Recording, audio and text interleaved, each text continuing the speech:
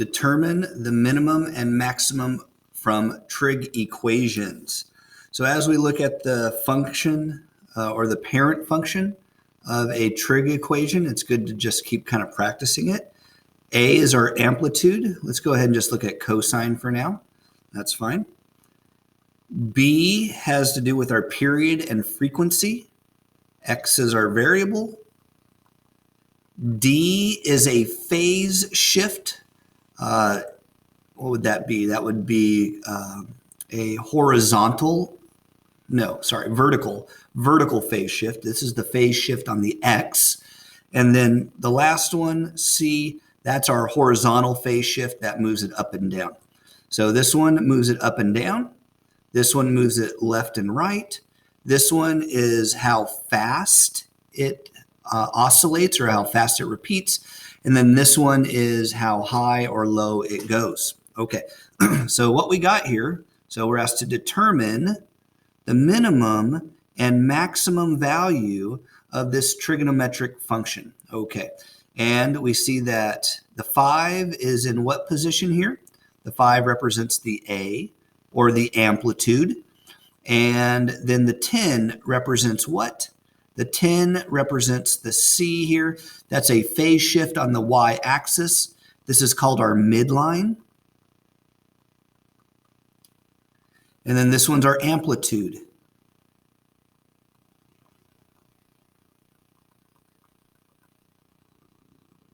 Okay, so basically what's kind of happening here is we have our oscillating cosine function going up and down. Remember, cosine basically starts at 1 for the parent function, but the amplitude magnifies it. That's a 5, so it grows. So it starts at 5, but we also have the midline, which also shifted it up. So we have a midline at y equals 10,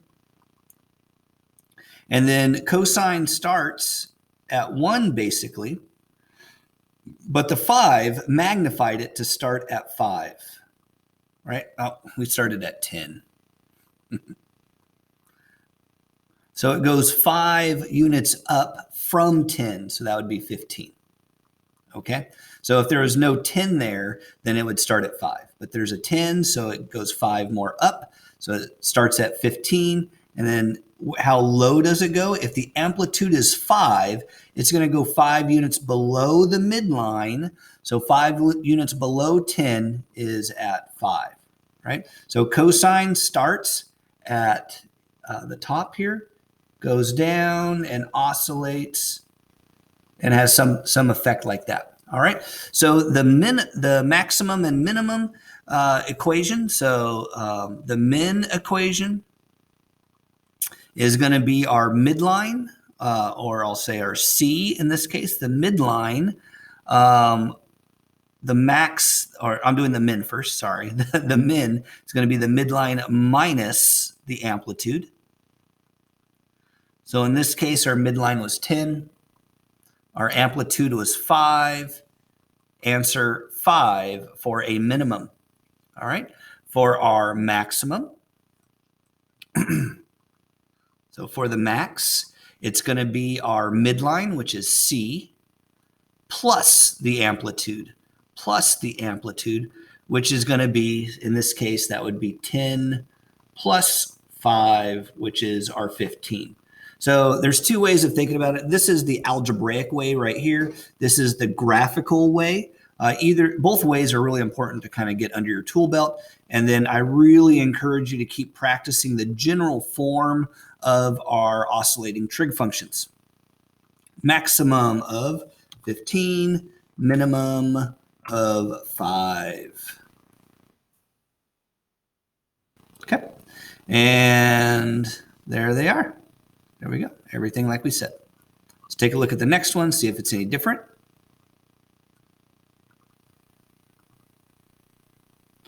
All right. So our function, or I'll just say y, is equal to a. In this case, we're dealing with sine function.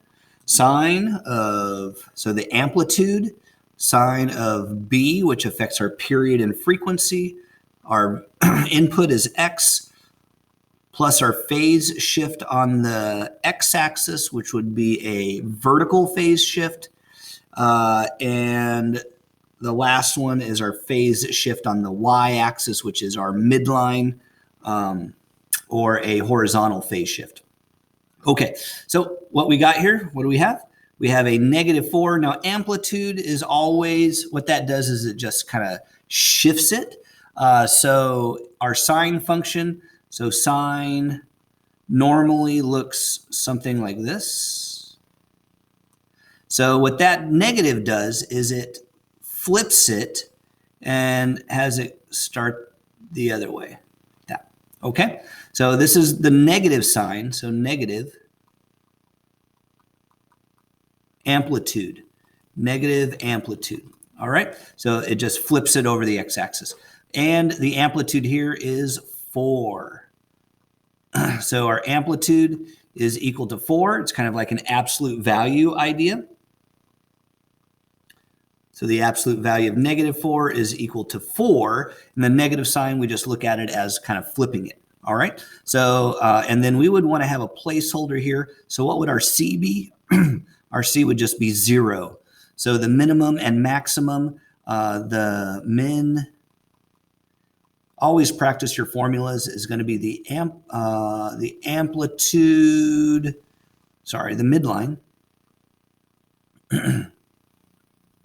midline, which is C, and we're doing the minimum minus the amplitude. The max is our midline plus our amplitude. So our midline is 0 minus our amplitude of 4, that equals -4 as a minimum. And then our maximum is 0 plus 4. So our maximum is at 4. All right. So that means down here is -4. Up here is +4 for our graph. Okay, maximum 4, minimum -4. Okay. And like I said, it's good to set these up with your foundation equations and using the equations that go with each one. All right, so if the next one's any different.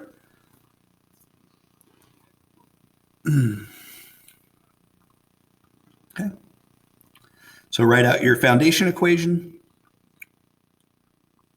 Amplitude is 8. Your midline is 6. And then we're not worried about the period here. So remember, the period just makes it oscillate faster or slower. The 1/3, I think, would make it oscillate slower, if I remember right. Okay, but this would be exactly the same.